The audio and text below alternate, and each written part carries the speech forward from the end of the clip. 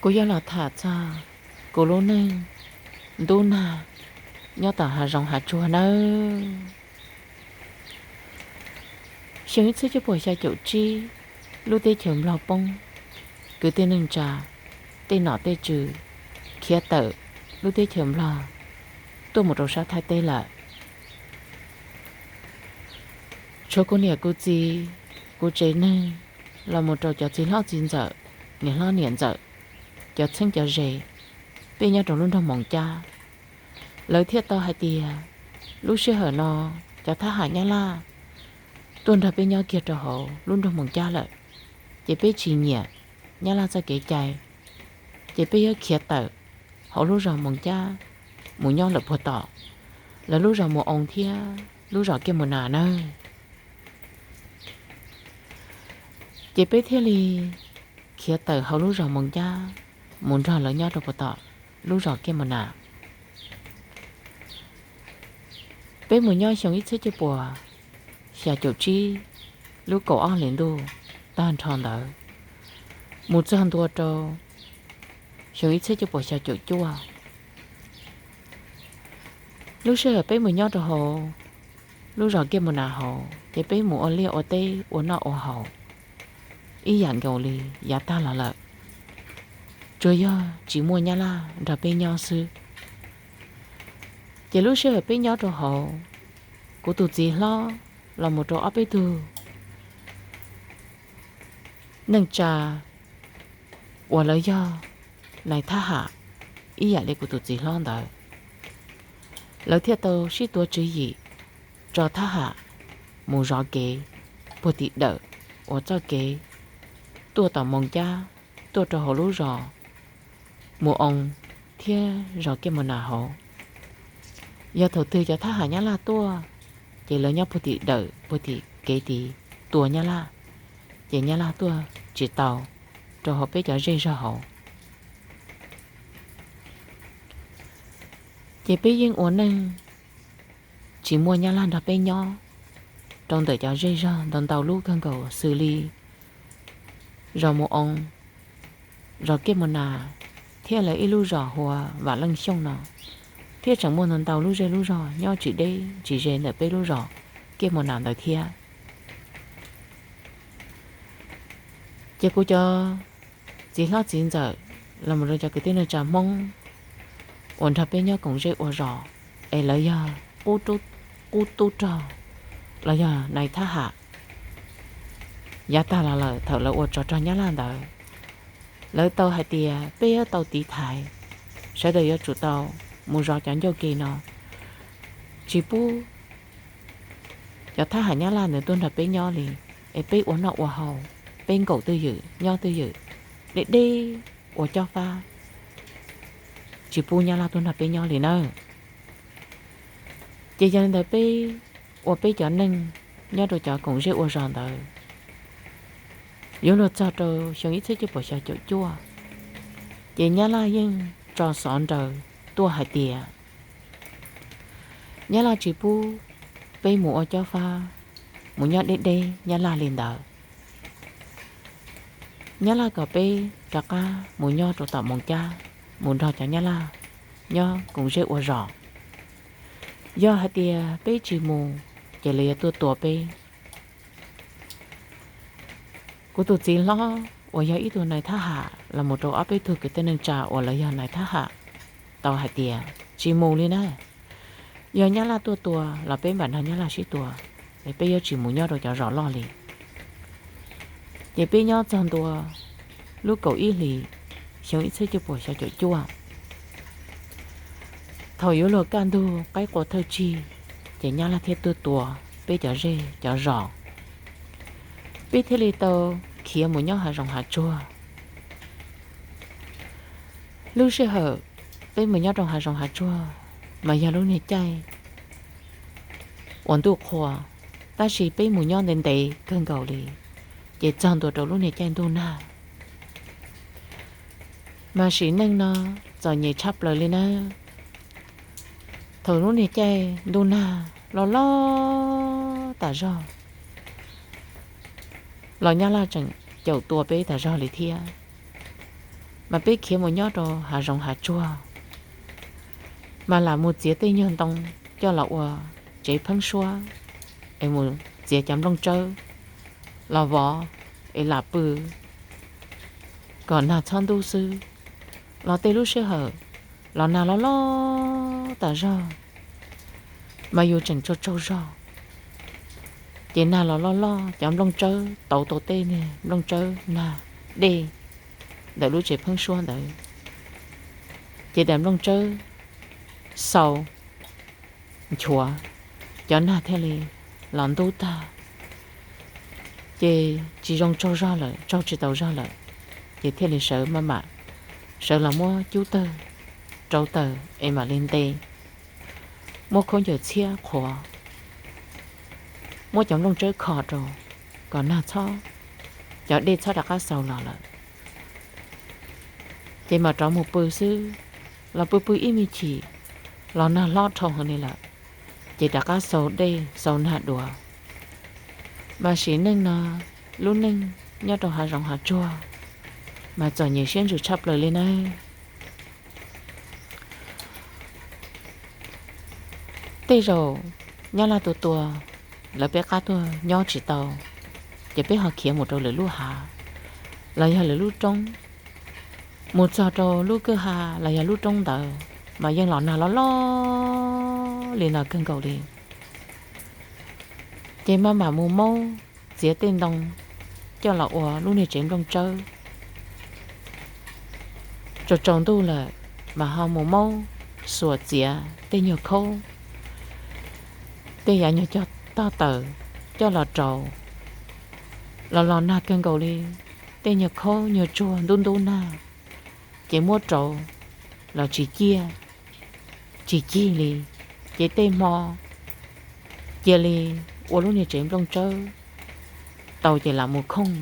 nhưng chỉ tàu mỏ no chỉ no mò li vì là na mua cho chỉ khâu nữa là trâu là chỉ chia li lại lúc xưa hở nó cũng mấy thứ mình lộn rau thôi bé nhau còn dây ô rò cho họ luôn rò kia mà nè nương thiết cô tao ôn câu ôn đâu mi giờ tôi mi nhận xài tới rồi lúc xưa người cũng mua đi cột bê là giờ cột lối chồng là thiên thần hơn mà nữa nhá món đơn chi cũng được khó chế mà cô áo tôi nè lâu lần cái yên mua cái áo tôi mình lộn rau tuần chân chi người được khó chế cân cầu đi thia mà lúc xưa hở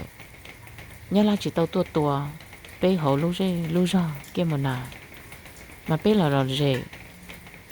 mua liều tê thia trồng tu rủ để bê cho mình lòng trâu tuần chỉ bên để khó chế mà thằng tu tê nu ta mò cho mình lòng trâu là mà lên một chế lệ sư ta chỉ lúc xưa hở và nhớ là tua bê ấy bê kia muốn gỗ trâu tạo hà rong hà chua ấy lúc này chạy đu nào lo ấy lo na lên nó ấy biết cho mình lộn đâu lời kia một nhau rồi isa trong isa hà ấy biết chỉ tôi nhau ok ấy chỉ xin chi mà cô chỉ bảo hết tiề cô ở tôi nhẹ lò cái buồn giò gỡ tôi mình lộn đâu ta chỉ cô mà cho cô tôi mình lộn đâu mà cho sản đông chi xin ơi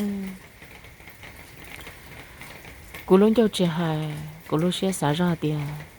cô tụi mình lòn rong rau lòn na tam bộ lên nó em nên một đồ khó tư lợi em nên có na li chào sư bé chị là ô lúc này chị phăng xua nhớ tròn được lúc này cứ hà rong nút chân nó mà lòn na cân cầu đi luôn tốn na cân cầu giờ nhiều chuyện rồi chắp lời để có bốn cho li cụ do cô mà do có lúc mình xuân xì thiệt lu hạt tiền chơi con đun đun lại ý hạt lịch cụ thiệt mà cô luôn yêu chơi hài là cô luôn mình xe xa xa của tụi mình lộn rồi hạt tiền bên đun na tam bộ lên nó tiền chơi là đun lại ý hạt cầu lịch bê thiệt mà luôn yêu chơi hài là luôn xe cột đợi thì xưa nữa chơi bên cổ na để biết cho nên chỉ phăng xua cho nên chỉ trong trơn đời mà mua tê mò lo lo li nó mà biết bự họ biết cho nên chỉ phăng xua cho nên chỉ trong trơn chọn tu tên tu ta mò chẳng ôm bao sủa mà lo chỉ cho mình trong trơn tàu chỉ tàu chở đi lấy cho na chỉ cho na lấy cho đi sầu đỏ chua để lúc này chém trong trơ là ở chỗ dùng tu ta chỉ thằng đoạn ăn tu lọ mà sợ mau lò mau cho nè từ trôn trâu sẽ bỏ chia tê rồi chê trâu nhưng chỉ chia liền vì tiền tu nát ta lợi ta chỉ mua tê lúc sẽ hở chê trâu chi lúc nhiều chú tơ chị mà lên mua tê không giờ chia hoa chị mà khó lúc này chém trong trơ có cho nào lấy cho đi xóa đặt cá sầu chị mà lấy đặt cá một không một bự là dàn câu đi từ mi nà chua bông đề xin ơi lúc xưa hợp bên nhau rồi tỏ hà rồng hà chua lo nà lên nó mà trái pla cơn cầu ly bây giờ chỉ mua món nó trái pla để bây lại một thò tên nệp lỡ trơ cho lọ nọt có thao tôi trái tên rồi na họ tôi mình chỉ để bây một trong phần là tên nhà cư hà một thò lỡ trông lọ no tên rồi họ mùi giò tôi mua còn bùa tỏ tên là cô tê chỉ mua còn bùa cho lọ họ em mà đi cho lọ hô có xỉa cho tỏ khoản cho chỉ là nó lợi xưa nơi hãy biết mua tê gì cứ tên này chả mong ở lấy mua chả nhẹ cho chỉ là lâu mà lời chắc trái pla cân cầu li chúa cho mình xỉa chỉ tù là sư cố ý tù chỉ lo là một chỗ áp ấy từ cái tên này trà lời học ô tô trò lời học này tha hạ thấu lúc xe hở ở trò nhá la lấy thiên là tao suy thả hai tìa cho nhảy trong hơn đi lại cho lùa để chỉ cho chi tư là nó miếng lông ma lông đồng hộp bổ trơ lấy trong ta chỉ mua ít cho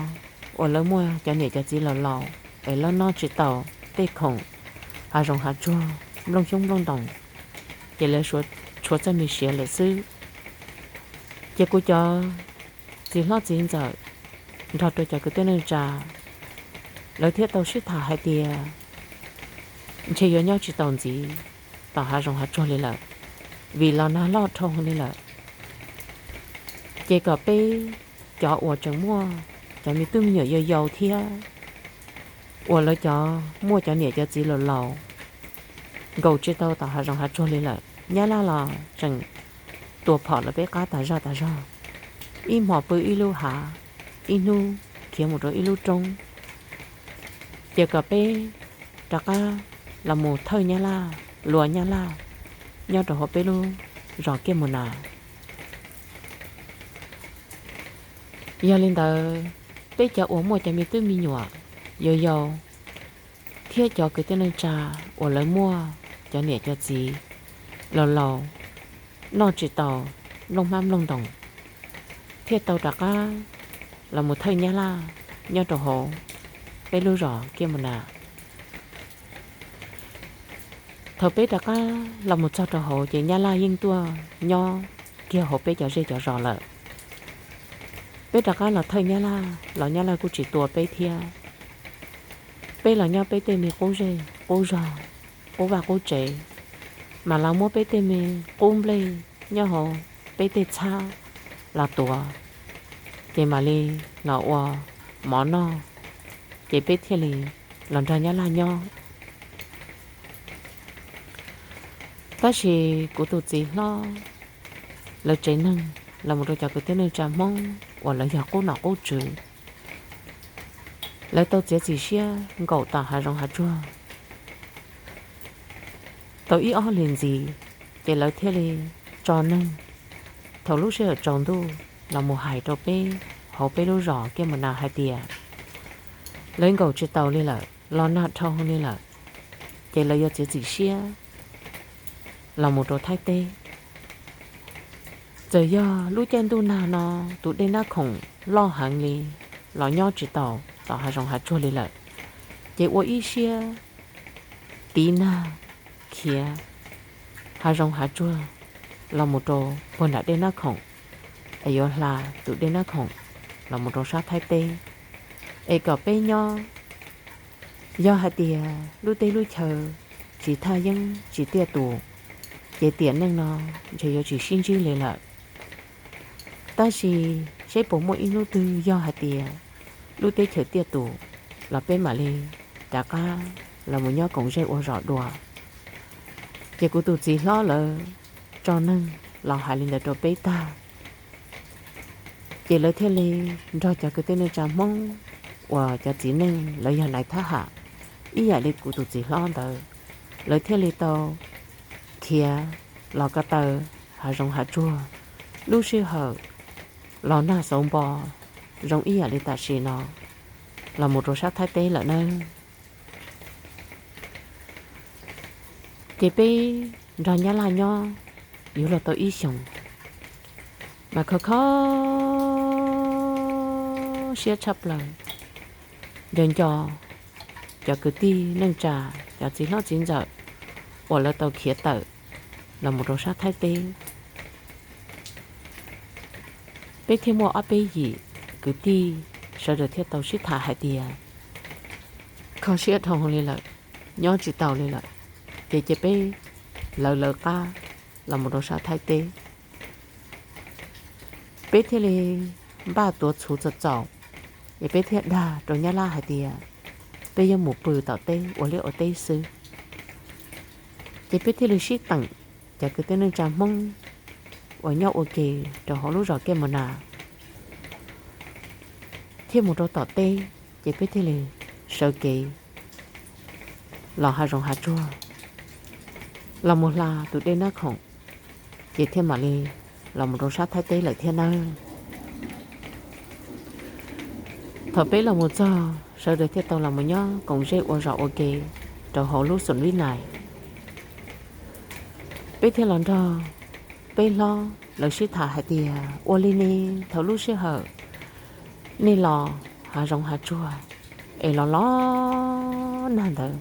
nê bột giò nhiều xuyên trường thia thầu nê lò lúc chơi tụi đây nó khổng hổ lo thở nê họ lò bồi dùng gì đi trả thia bây tụi lo lời thia li hai đôi bé hai tia lúc sĩ hở bé lò hà rong hà chua ê lo nà đờ mà bé trâu na mà bé tên này có tờ mà lư thà mỗi ít lúc xưa bé làm sao ít lúc cá chùa vậy mỗi ít gì cái tên nó chả mong là mỗi ít từ nhẹ lầu là vậy nên lo chỉ tàu vậy bé chỉ đi muốn được cho chơi trong tờ lúc cá chuồn tàu lên là nơ mà chỉ bao hạt tiền nửa chia là nửa tua là bây giờ hạt tiền trái plát hồng này là thia là nó nọ tê rộ bây muốn được cho chơi trong đó lúc cá chuồn này chơi tê rộ này tàu ta sẽ nâng đảo lại vậy lúc xưa ở bây lò mà bây giờ là cử tê tụi đây họ lo nhau bù tỏ tên đủ hạ rộng mà lúc chơi bây lò này là lò na mà bây giờ nhiều xuyên rồi chắp lời lên nè đây lò na mà bây lò tê lúc cơ hà mà mua hia cân cầu lên mà hia tỏ bê cân cầu đi thia mà tê tụi này hia lo mà sửa triệt của kia bỏ chơi là sư vậy bê lò cho trong đã đây nó khổng mà tụi đây nó khổng lo cân cầu lên nè lúc xưa hận đôn nào lo tờ nè lò chứng mua lửa cho hậu kế vậy bê dân ba sống mua sống khí kia bê đủ ở kề để bê mau ở lụa đây giờ giờ tụi đến nó không lấy lòng bộ đi trả là chỉ mua lửa cho họ kề lên lại chỉ lo tia yếu tua tia lên lại lo nạt thòng lên lại thia trái pla hẳn lên lại chị mà mua cho xong đỡ xí khí ở kề cho kia đồ sổ lại đây chị mua giờ lúc chị lúc xuống tiền mua kia rồi đỡ cho xong cứ trơn đợi chị ở lụa đây lòng một đồ sát thay lại sư mà biết giờ nhiều xén chữ cơn cầu lên nơi lúc xưa ở bên lò lúc niên tôi nào lo lon đó nè cô tụt gì lo lời thế lì bìa lời ra nâng lời ra đá nâng kia lúc xưa hở lò na là tụi đi nó không nào mà lời giờ nhiều xén chữ cơn cầu lên thia mà biết giờ kì kia cho nhớ đồ hà rồng hà chua lúc chen tôi nào lo mà chỉ nâng nó giờ nhiều xuyên chụp chắp lời lên na chỉ cố ra mình nâng và lúc chen tôi nào lo ở bên kia một nhớ hà rồng hà chua một dùng chay dùng hỉ một tí na chỉ cho là sầu lên nào lại xứ và cho đó nên sẽ đời lòng của nó